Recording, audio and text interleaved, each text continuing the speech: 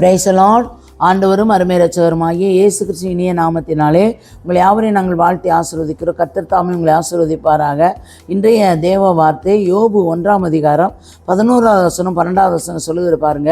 தொடர்ச்சியாக நம்ம இந்த யோபுடைய காரியங்களை பார்த்து கொண்டிருக்கோம். நேற்றைய தினம் அவன் ஸ்டேட்மெண்ட் கொடுத்தான் அல்லவா, நீ சும்மா உன்னை உயர்த்தி கொண்டிருக்கிறான், அவனை சம்பத்தெல்லாம் நீ ஆசீர்வதித்திரு. அப்போ பாருங்க, ஆனாலும் உடைய கையை நீட்டி அவனுக்கு உண்டானவை எல்லாம் தொடுவீரானால் அப்பொழுது அவன் முகத்துக்கு எதிரே உம்மை தூசிப்பானேன் பாரும் என்றான். எப்படி ஸ்டேட்மெண்ட் கொடுக்குறான் பாருங்க. நீ அவன் கையை மட்டும் நீட்டு, அந்த சம்பத்தெல்லாம் நான் எடுத்துட்டேன்னா உன்னை தூசிச்சிருவாப்புல அப்படின்னு சொல்கிறான். அதுக்கு பாருங்கள், கர்த்தர் சாத்தானை நோக்கி இதோ அவனுக்கு உண்டான எல்லாம் உன் கையிலே இருக்கிறது ஒப்பு கொடுத்துட்டாருங்க. அவனுடைய அனுமதியெல்லாம் அவனுடைய சம்பத்தை கூட தொட முடியல பாருங்கள். அவன் கர்த்தருடைய பிள்ளைகளுக்கு இந்த வெளிப்பாடு சிலருக்கெல்லாம் இருக்க மாட்டேன்னு.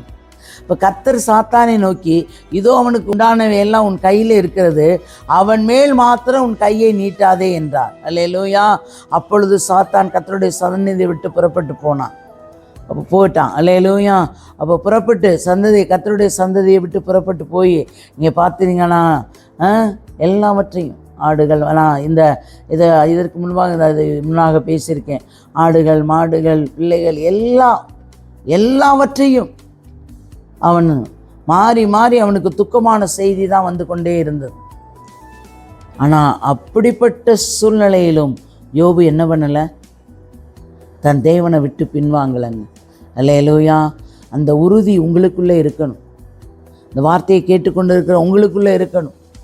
எந்த சூழ்நிலையிலும் நான் கர்த்தரை நான் மறுதலிக்க மாட்டேன், கர்த்தரை கைவிட மாட்டேன் என்று சொல்லி யோபு போல உறுதியாய் பிடித்து கொள்ளுங்கள். அப்பொழுது உங்களை இரட்டத்தனையாய் அவர் ஆசீர்வதித்து உயர்த்துகிற தேவனாய் இருக்கிறார்.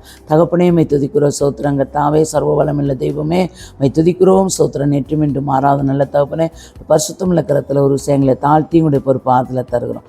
தேவன் பொறுப்பிடுங்க, ஆசீர்வதி. இயேசுவின் நாமத்தின் ஜீவனோட நல்ல பிதாவே. ஆமேன் ஆமேன்.